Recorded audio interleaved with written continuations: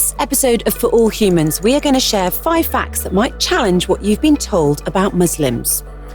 Number 1, the world's Muslim population is more widespread than you might think.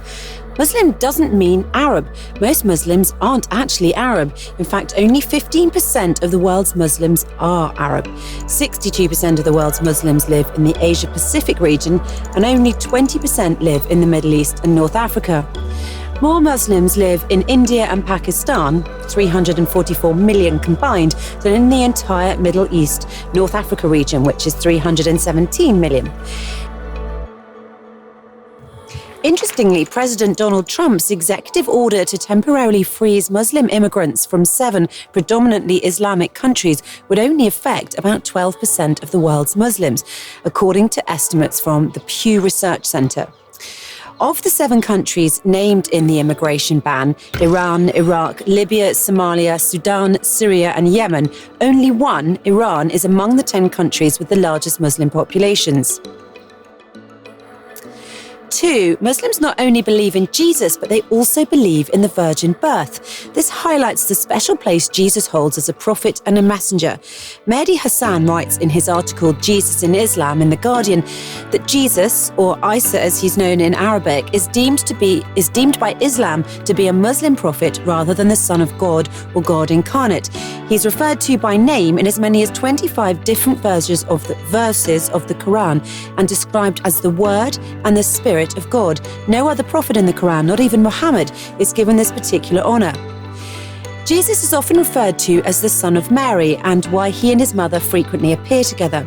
In fact, Mary, or Maryam as she is known in the Quran, is considered by Muslims to hold the most exalted spiritual position amongst women.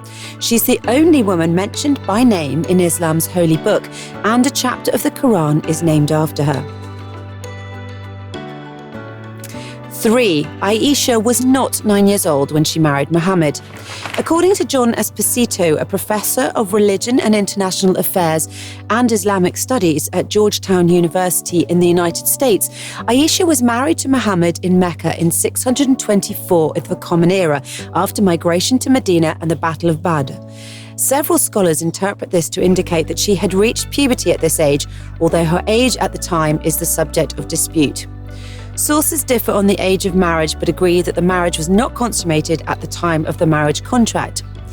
Paul McNamara, a religious scholar, writes in the Huffington Post that the tribal expectations of that era were very stringent regarding sexual relations, and girls were expected to have reached puberty before marriage.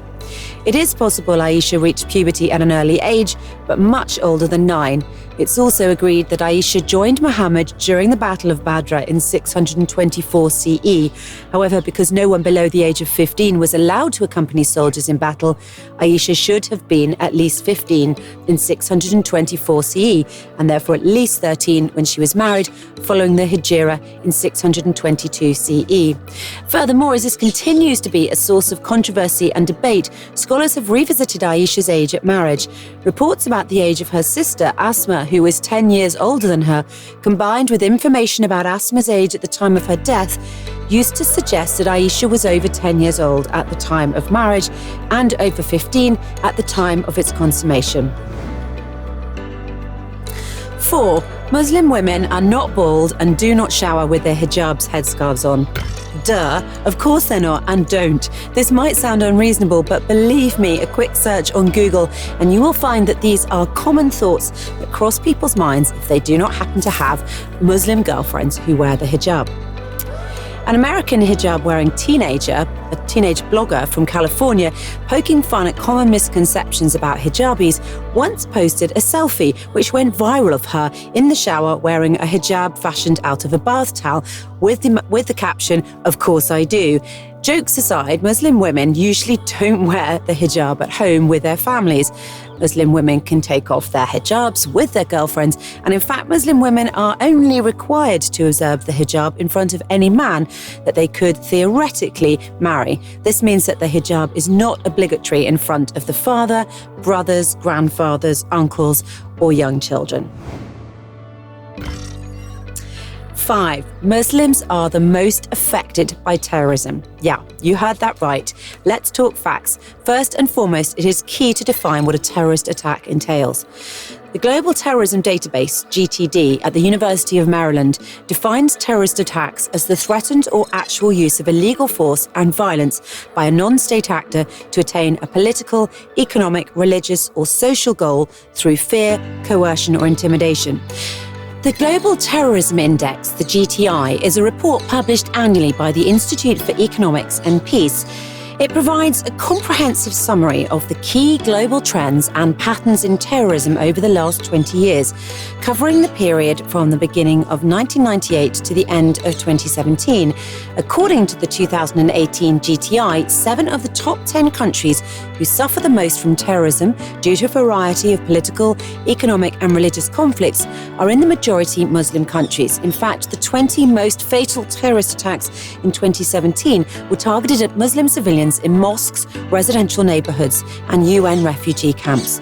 A 2015 BBC report highlights that yes, it's not straightforward to determine the victims' religious affiliations, and that when people are asked about terrorist attacks, they might think of Charlie Hebdo, the London Tube, and bus bombs, and of course 9/11, of which Muslim casualties were not in the majority. But the overall number of deadly terrorist attacks in France, the UK, Spain, and the US is very low by international standards. In fact, between 2004 and 2013, the UK suffered 400 terrorist attacks, mostly in Northern Ireland, and almost all of them were non-lethal. The US experienced 131 attacks, fewer than 20 of which were lethal. There were 47 attacks in France, but in Iraq, there were 12,000 attacks, and 8,000 of those were lethal. So maybe we need to widen our perception and perspective of terrorism and terrorist attacks just a little bit more.